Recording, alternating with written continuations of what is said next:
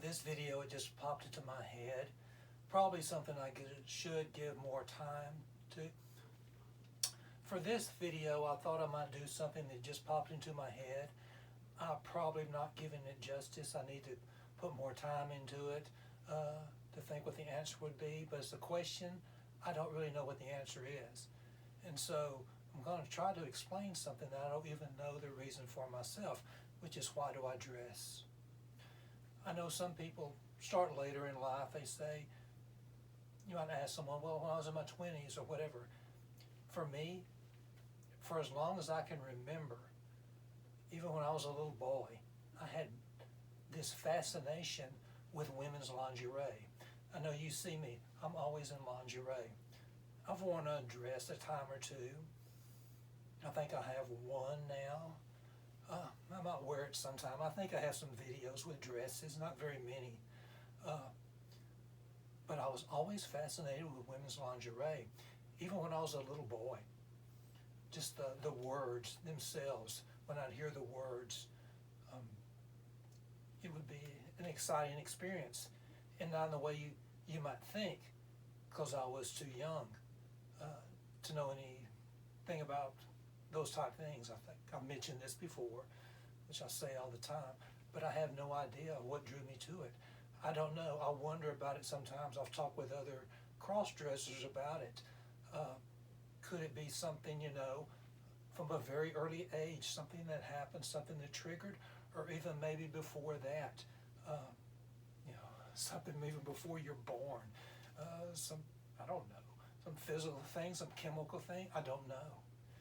Because, why would you choose that? I don't know, because, as you can see, I'm just kind of a regular looking guy. I don't have a particularly unmanly body. I mean, I'm not the biggest, thickest person in the world or anything like that, but I like guy things. I used to love to play baseball, shoot a basketball, play golf, anything that involved throwing something or hitting something. I love doing it. I could run fast, I could do all kinds of things, but still, I always had this desire.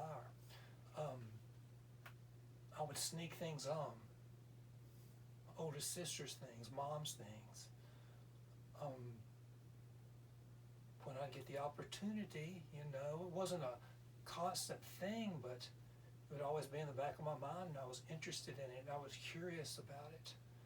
And of course, I grew to like it more and more the longer I did it. Finally, I started getting my own things later on when I was in my 20s, but by then it had been 20 years that I'd been attracted to it. I wish I knew why, but then again, sometimes I think, well, don't worry about it. I mean, it's there. I can't help it. I've actually tried to quit several times. I know a lot of people who do this, they do that. Go through times you might feel guilty, uneasy, nervous about it. You say, well, you're going to stop. It's kind of hard to stop. I've never smoked. I've never been addicted to drugs, but it's something that's needed in your life. You're drawn to it. It's an outlet, an emotional outlet, a physical outlet. I guess it can be all of that, plus so much more. But it's something that you're just not quite sure about.